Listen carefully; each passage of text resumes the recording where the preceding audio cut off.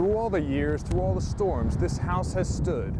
And now, after 2 years of restoration, Ramey says its best days of sitting across from St. Louis Bay are still to come. That's right, Desiree, and you know what? It is Earth Day, and you know what we have here on Earth? We have rain, and that's what we have right now. It's a little rainy, a little windy out here. I'm definitely still wet. There's still plenty of rain coming down. It's not as heavy as it was when I was up on Highway 90. I'm at Point Park here in Pascagoula. Behind me is Ingalls Shipyard. You can see the lights are on over there. The lights are on over here. It was really just, it looked like it was just isolated to Pascagoula Street at Highway 90 and across the bridge. As far as what we're seeing out here, the wind is starting to pick up, and I've been watching this cloud shelf behind us, and it's moving pretty fast in our direction. Actually, the rain has stopped. I was able to take my hood down. I'm starting to dry off a little bit. Right as Carrie started doing her forecast there, 2 strikes of lightning. It looked like they were both over at Ingalls, and all of the lights east or west of Pascagoula Street are now off. It doesn't really look like the water's come up too much. It's come up a little bit, but not too much, and I don't think it's in any jeopardy of coming over the roadway, so that's a good thing.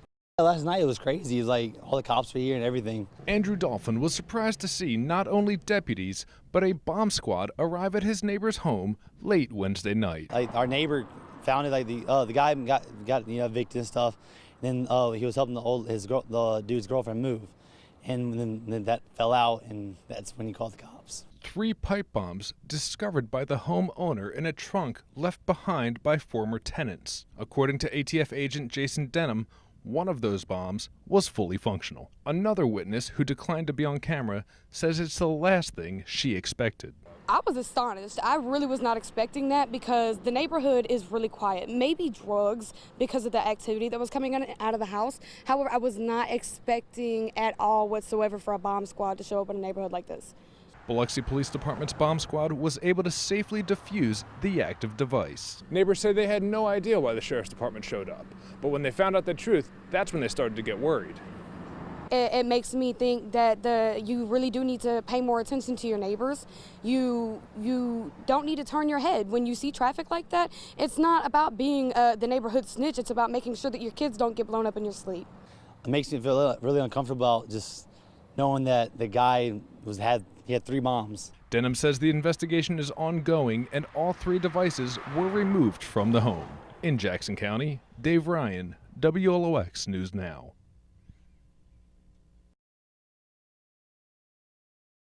One again. A district championship, a state championship, a regional championship, and now the East Central 12U baseball team is taking on the world. This opportunity for our 12-year-old East Central bunch will be going to Branson, Missouri to play in the World Series of Baseball for Cal Ripken. According to Mississippi District 7 Commissioner Terry Crow, they were in rare company in the Magnolia State, just the 2nd team to make it to the Cal Ripken World Series. Todd Trochesset has been coaching the group for about 5 years. It's more or less like family. You know, it's been 5 years in the making, so it's predominantly mostly the same kids over and over again. Do it again, 2. Trochesset sees a lot of promise in these young ball players. Progression. You know, we're doing this not for the win right now, but it's the win later on. We're progressing, getting to where hopefully these kids will be playing in high school and stuff like that. That's really what we want. The weight of a tournament like the World Series isn't lost on the players. Feels pretty good. We've been working towards this for a long time now, and to get here means a lot. Eli Smith and Nate Trochesset patrol the corners of the infield for the undefeated Hornets. Trochesset says his team has what it takes to win because they believe in each other. We just have really good confidence in the games we played, and we had great attitudes, and we just kept each other up, and probably the main reasons why we're here. And a big reason this team believes they can be world champions. In Jackson County, Dave Ryan, Go Hornets! WLOX News Now.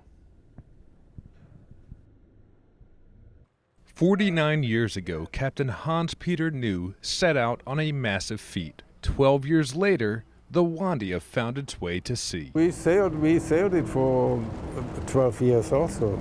We lived on board. New and his family made the Wandia their home until they sold it in 1993. 8 years later, Captain Farley Cox and his wife Joanne found the boat in Massachusetts and knew it was perfect for their plan. I bought the boat and sailed it down from Nantucket, Massachusetts to Biloxi, Mississippi, where we hauled it out for the first time and repaired it and got it in good shape, and we took her down to Belize to start a business. When Joanne got cancer, Cox left the boat to return home to care for her. During his time away, the boat was stolen and stripped down to its boards. Now, 14 years later, Cox wants to return the Wandia to her original state. Let's get these planks back up on the boat, get her heeled in, sealed in, and go back to sea with her. Captain New believes it can be done. Well, I think inside it looks surely well preserved. It could be replanked, or maybe not complete, but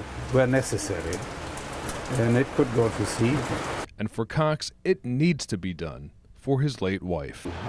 It means everything, because she was an integral part of this entire project, and together we had established the American dream, and then circumstances medically put all that on hold. But a big driving force is to get this boat back online, and in behalf of her.